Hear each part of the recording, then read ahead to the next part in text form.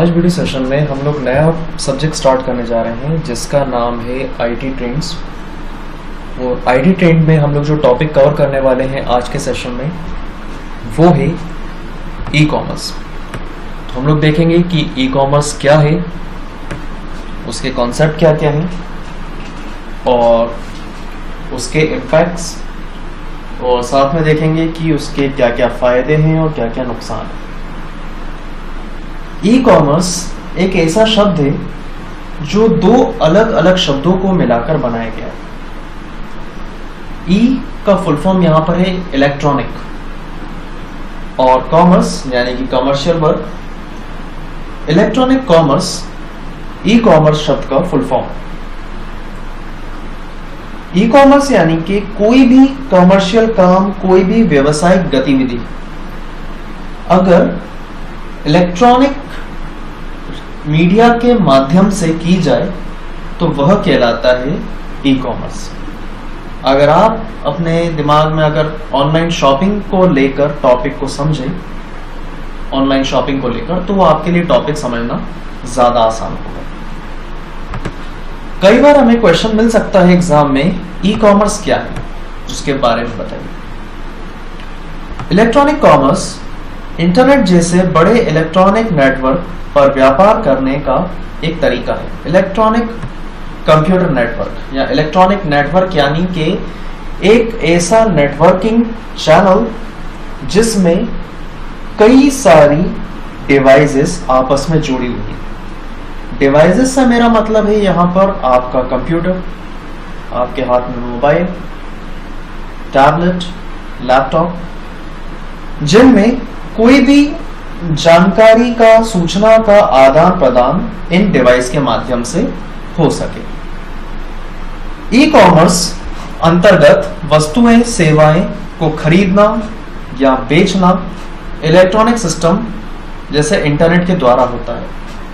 कोई भी कंपनी हो या कोई भी शॉप हो, अपना सामान अगर ऑनलाइन सेल करना चाहता है, या अगर आप कोई अपना सामान, घर में रखा सामान OLX वगैरह के माध्यम से बेचना चाहते हैं, तो ये ई कॉमर्स के अंतर्गत आता है। यह इंटरनेट पर व्यापार है।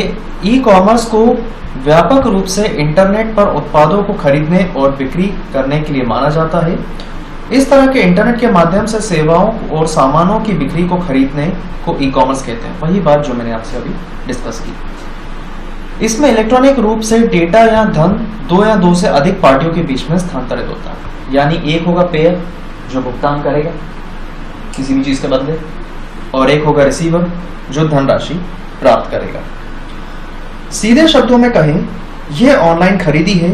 वर्तमान में ई कॉमर्स इंटरनेट का सबसे महत्वपूर्ण पहलू में से एक है। अगर इंटरनेट की बात आती है तो ई कॉमर्स जैसी चीज का होना एक आम बात है। ई कॉमर्स उपभोक्ताओं को समय और दूरी के बिना कोई भी बाधाओं के साथ वस्तुओं और सेवाओं को इलेक्ट्रॉनिक रूप से आदान प्रदान करने की अनुमति देता है। सीधी सी बात यह है कि आपको मार्केट जाने की जरूरत नहीं है, जिससे आपका समय भी बचेगा। आप घर बैठे शॉपिंग कर सकते हो। एक टाइम था रिचार्ज करने के लिए हमें शॉप पे जाना होता था, लेकिन आज हम लोगों को किसी शॉप पर जाने की जरूरत नहीं पड़ती। हालांकि शॉप्स आज भी मौजूद हैं, पर हम लोग घर बैठे बैठे अपना सेलफोन या कोई भी बिल पेमेंट हो, इलेक्ट्रिसिटी का बिल पेमेंट हो, DTH का रिचार्ज हो, ये सारे पेमेंट घर बैठे ही कर सकते हैं, जिससे समय की सबसे बड़ी बचत होती है। इंटरनेट पर सामान खरीदना और बेचना ई कॉमर्स का सबसे लोकप्रिय उदाहरण में से एक है। हालांकि केवल ऑनलाइन शॉपिंग ही ई कॉमर्स के अंदर नहीं आता, कुछ और भी चीजें हैं जो ई कॉमर्स के तहत आती हैं।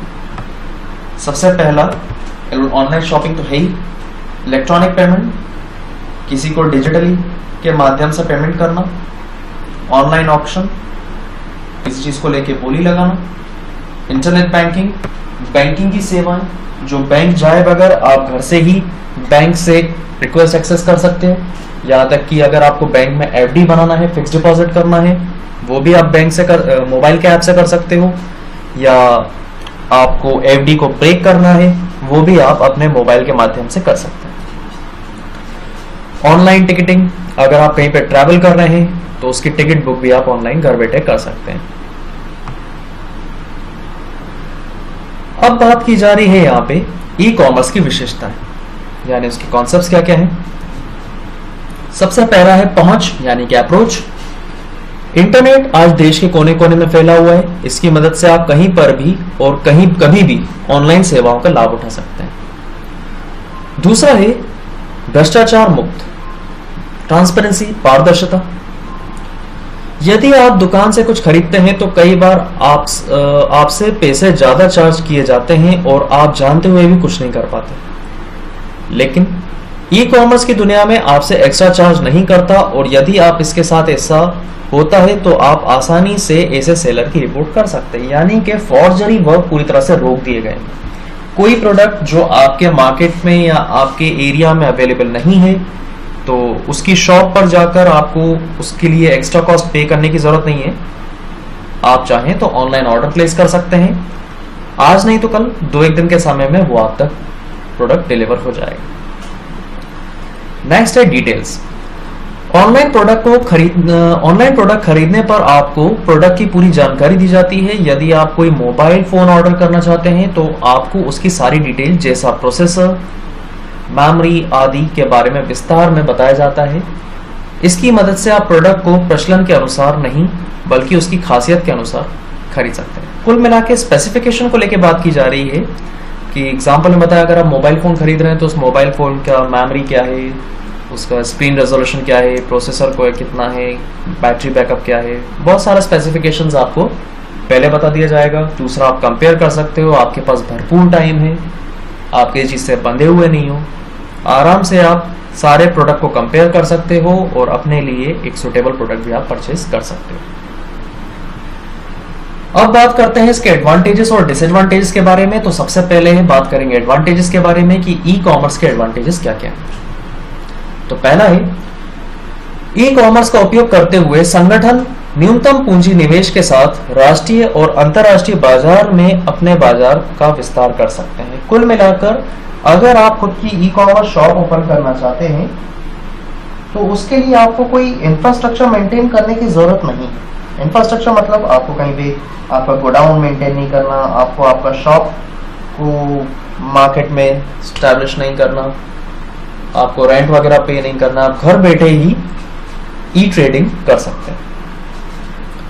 ई कॉमर्स कंपनी की बड़ी छवि को बेहतर बनाती है।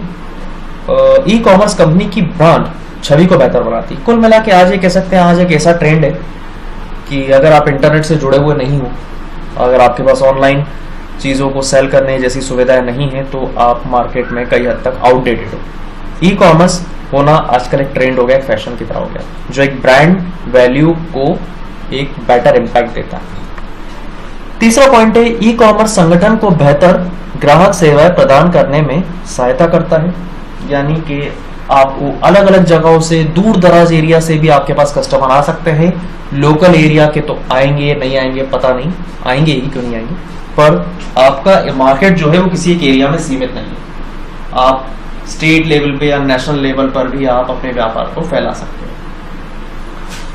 चौथा है, ई कॉमर्स व्यापार प्रक्रियाओं को सरल बनाने और उन्हें तेज और कुशल बनाने में मदद करता है। प्रोसेस बहुत सिंपल होती है, ज्यादा इसमें कंफ्यूजन नहीं है, बीच में ज्यादा लोग नहीं है, चैनल्स नहीं है, सीधे इंटरेक्शन है एक सेलर का और एक बायर का। पांचवा, ई कॉमर्स कागज काम बहुत कम कर देता है। कुल मिला के स्टेशनरी एक्सपेंसेस यहाँ बच जाते हैं हम लोगों का, ब्रोशर्स, फ्लायर्स, स्टेशनरी में पेन, पेजेस वगैरह, डेटा रिकॉर्ड मेंटेन करने जैसा, किसने ऑर्डर दिया, ऑर्डर बुक वगैरह बनाना, ये सारा कुछ मेंटेन करने की जरूरत नहीं है। सारा कुछ डेटा आपके कंप्यूटर डिवाइस में सॉफ्टवेयर के थ्रू मैनेज हो सकता है। ई कॉमर्स संगठन की उत्पादकता में वृद्धि होती है, यानी कि जितने तेजी से आपके पास ऑर्डर्स लगेंगे उतनी तेजी से आप सेल करेंगे, आपके पास सामान खत्म होगा तो आप नए ऑर्डर्स को लेकर नए ऑर्डर जनरेट करेंगे, जिससे मैन्युफैक्चरिंग भी थोड़ी सी तेज होगी।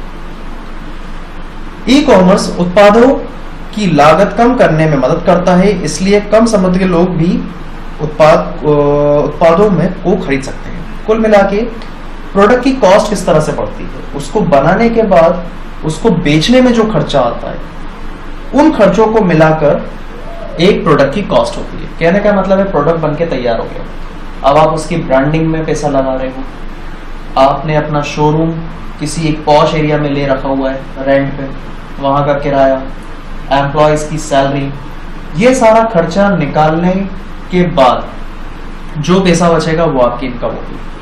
तो प्रोडक्ट की कॉस्ट हम ज़्यादा ही रखेंगे ताकि ये सारे खर्चे निकल सके, एम्प्लॉयज़ की सैलरी निकल सके, रेंट जैसी चीज़ों को हम कवर कर सकें, प्रेमाइसिस में इलेक्ट्रिसिटी बिल, स्टेशनरी एक्सपेंसेस, ये सारे खर्चों को भी निकाला जा सके।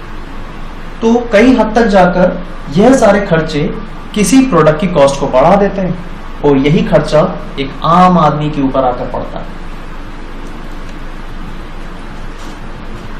8वां पॉइंट है, ई कॉमर्स उपभोक्ता को सस्ता तथा क्वालिटी प्रोडक्ट्स देने का मौका देता है।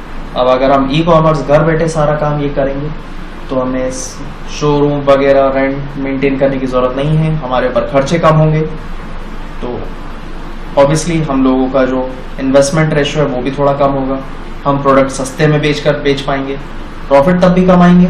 लेकिन यह बात है कि एक आम आदमी को भी इसमें थोड़ा पैसे को लेकर रिलैक्स मिलेगा। 9th है, ये नेशनल तथा इंटरनेशनल दोनों मार्केट में बिजनेस एक्टिविटीज की डिमांड को बढ़ाता है। वही बात, आपका एरिया सीमित नहीं है, आप पूरे नेशनल लेवल पर ट्रेड कर सकते हो, कहीं से भी ऑर्डर आए आपको केवल आपका प्रोडक्ट डिलीवर करवाना है। यह एक बिजनेस कॉन्सर्न या व्यक्तिगत रूप से ग्लोबल मार्केट में पहुंचने के लिए सक्षम बनाता है, यानी कि एक छोटा बिजनेस भी बड़े लेवल पर काम कर सकता है, उसको लेकर कोई परेशानी नहीं आती। तो ये थे एडवांटेजेस। अभी इसमें कुछ एडवांटेजेस और बाकी हैं।